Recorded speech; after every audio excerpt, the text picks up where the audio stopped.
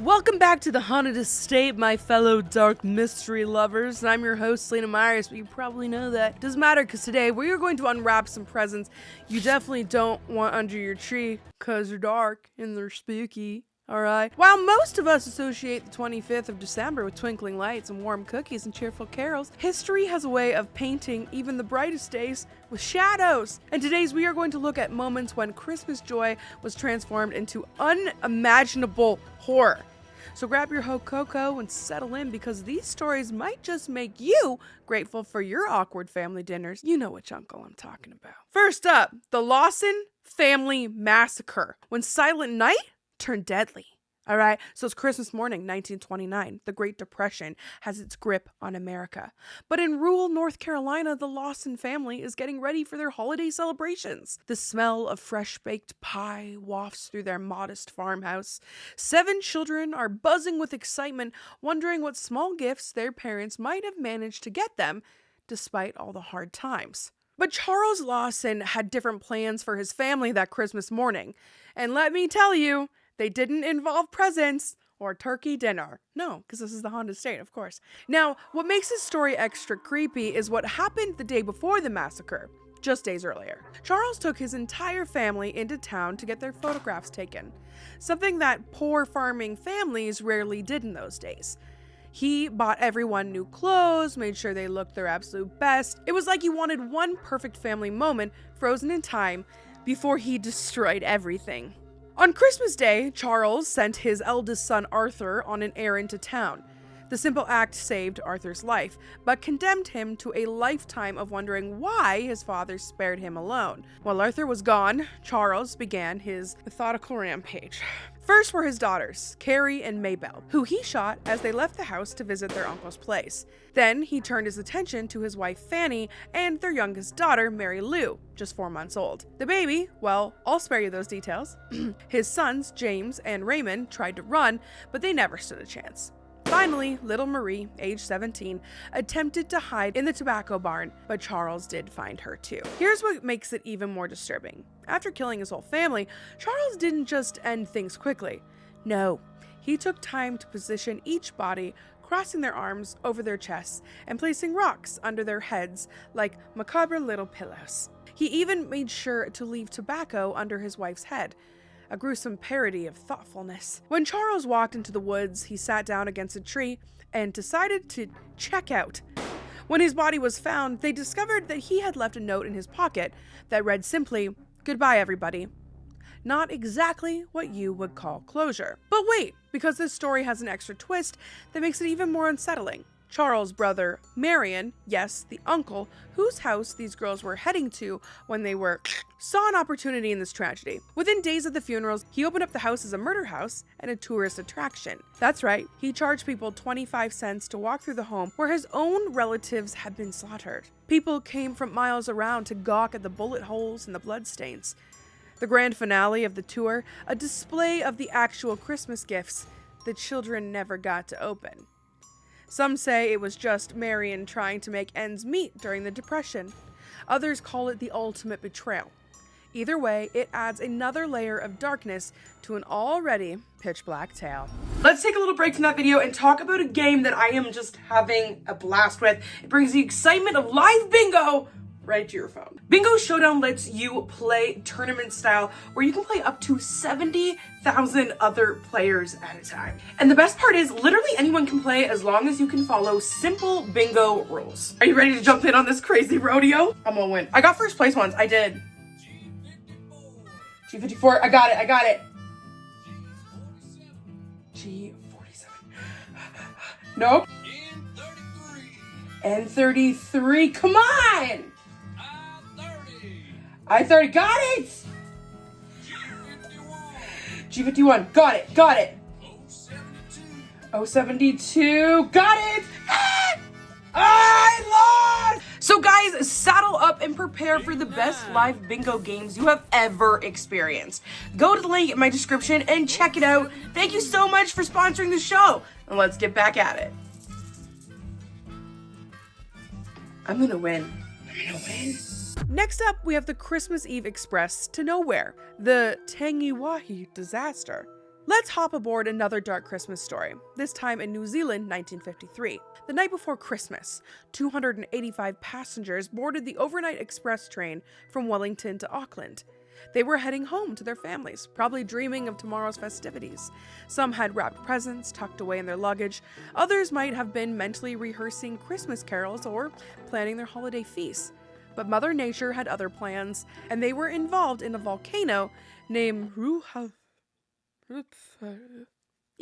a volcano. Yep. See, none of those passengers knew what was up in the mountains. A natural dam holding back a volcanic lake that had just burst.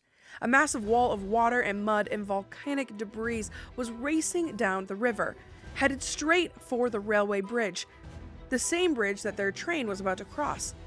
A local named Cyril Ellis noticed something was wrong.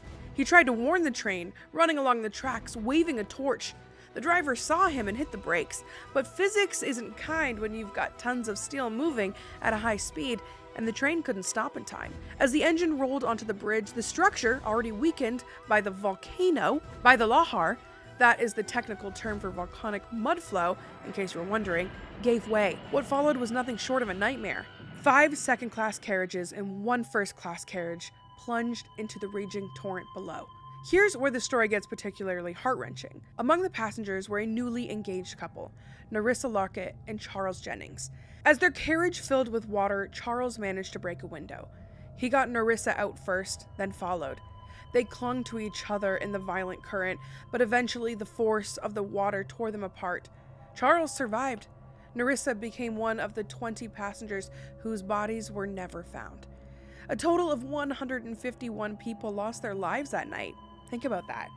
151 empty chairs at Christmas tables the next day. 151 sets of presents that would never be opened. 151 families whose holidays would forever be marked by their absence instead of joy. The rescue effort was remarkable, though. Local farmers formed human chains in the rushing water to pull out survivors. The nearby army camp sent every available soldier to help. Even the injured passengers who managed to escape helped pull others from the water. It was a showcase of human courage in the face of disaster. Boo. Okay, let's get darker. The Christmas beauty queen, the JonBenét Ramsey mystery, one that is always popular in the media. Of all our Christmas horror stories, the next one might be the most infamous. The case that shook America and remains unsolved to this day. The murder of JonBenét Ramsey. It's Boulder, Colorado, 1996. The Ramsey house stands decorated for Christmas, twinkling lights reflecting on the snow outside. Inside, 6-year-old JonBenét, a tiny beauty queen with $1 million smile, goes to bed excited for Santa's arrival. But the next evening, she'd become the center of America's most haunting Christmas mystery. The morning started normally enough. Presents were under the tree, stockings were filled, but when Patsy Ramsey, JonBenét's mother, found something that didn't belong among the Christmas cards and wrapping paper, a ransom note. And what a note it was, 3 pages long, demanding $118,000 for the safe return of JonBenét. The amount wasn't random. It matched John Ramsey's recent bonus from work. Can you imagine getting a $118,000 bonus at Christmas? Right. Damn. Now let's talk about this ransom note for a minute, because it's one of the weirdest elements of this case. Who writes a 3-page ransom note? The writer quoted movies, used odd phrases, and seemed to have taken their time writing it. They even started over once. Police found a practice draft. Think about that. Someone broke into a house, took the time to draft and redraft a ransom note. Make it make sense, yo. 8 hours after finding the note, John Ramsey made a discovery in the basement that would haunt him forever. There was JonBenét, under a white blanket. She'd been gagged with duct tape, a rope around her neck. Her wrists were bound, but loosely, as if staged. The world of pageants and Christmas presents had given way to every parent's worst nightmare. The investigation that followed was a mess from start to finish. The crime scene? Contaminated. The house? Left unsecured. The evidence? Mishandled. Police focused on the parents. Statistically, it made sense, but the DNA found on JonBenét didn't match anyone in the family. To this day, it hasn't matched anyone in any database. Oh, that's interesting. I didn't know that. The murder spawned countless theories. Was it an intruder? A family friend? Was it somebody jealous of the Ramseys' wealth? Did the pageant circus attract the wrong kind of attention?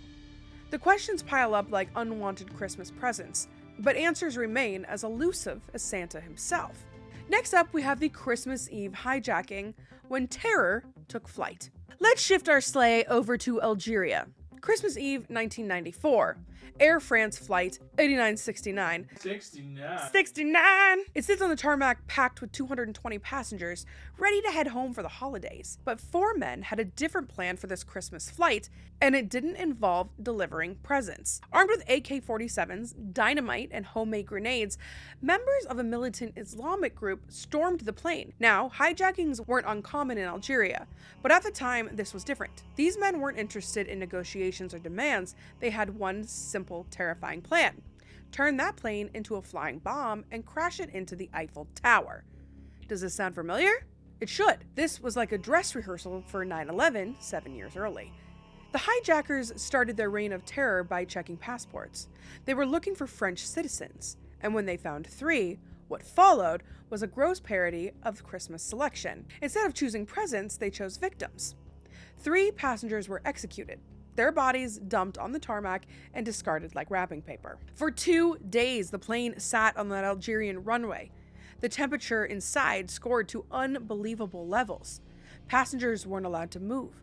Some passed out from heat and fear. The hijackers walked the aisles, reciting prayers and making speeches about their cause. All the while, explosives sat in their jackets, ready to turn the whole plane into a fireball. Finally, the hijackers demanded the plane fly to France. They thought they'd gotten their Christmas wish. What they didn't know is that French authorities had figured out their plan.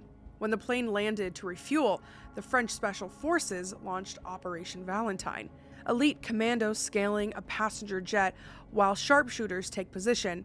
The assault lasted 17 minutes. 17 minutes of gunfire, explosions, and chaos. In the end, all 4 hijackers were dead. Not a single passenger or crew member was lost in the raid. It's a Christmas miracle wrapped in gunpowder and courage. That's insane. Wild. Yeah. The fatal alarm.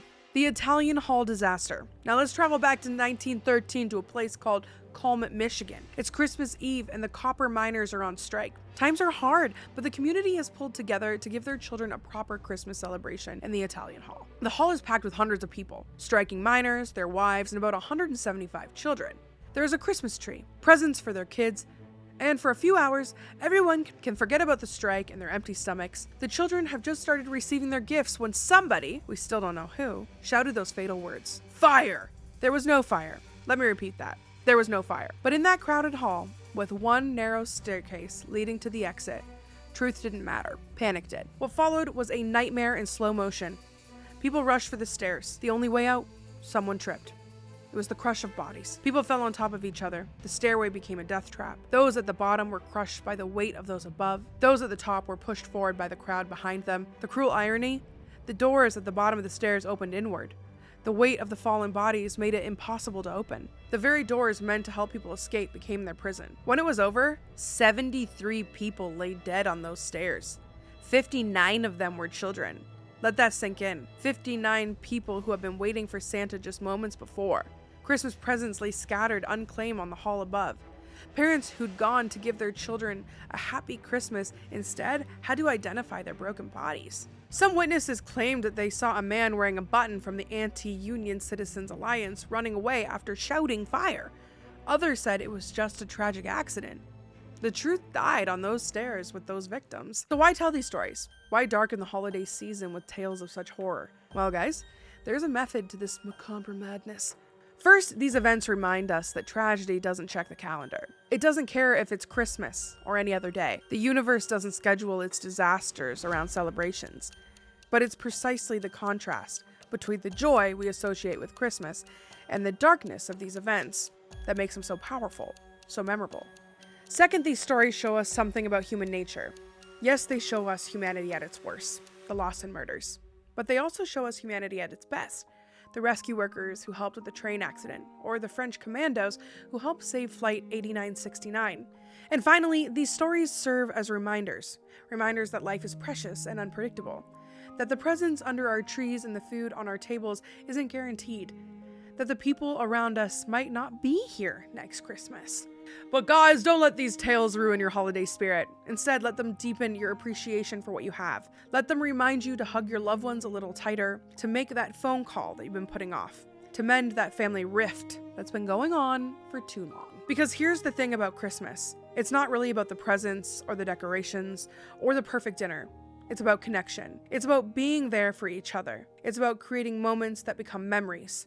And maybe, just maybe, understanding these darker Christmas stories can help us appreciate the light from our own lives a little bit more. Before I go, I want to thank you all for taking this journey through the shadows of Christmas past with me. And if you found this episode interesting, or should I say deeply disturbing and fascinating, don't forget to like and subscribe and ring that notification bell. Share this video with someone who appreciates the darkest side of history. And don't forget to leave a comment telling me about your most memorable Christmas experience. Or most miserable. As I was going to say, good or bad, but just maybe not as bad as the ones that I have said today. So until next time, I am Selena Myers, and reminding you that scary stories are fun and I love you and don't hurt anybody, be a good person. 2025 is almost here. I'm out, Boo Crew. Bye! I almost broke that. That wouldn't be good for 2025.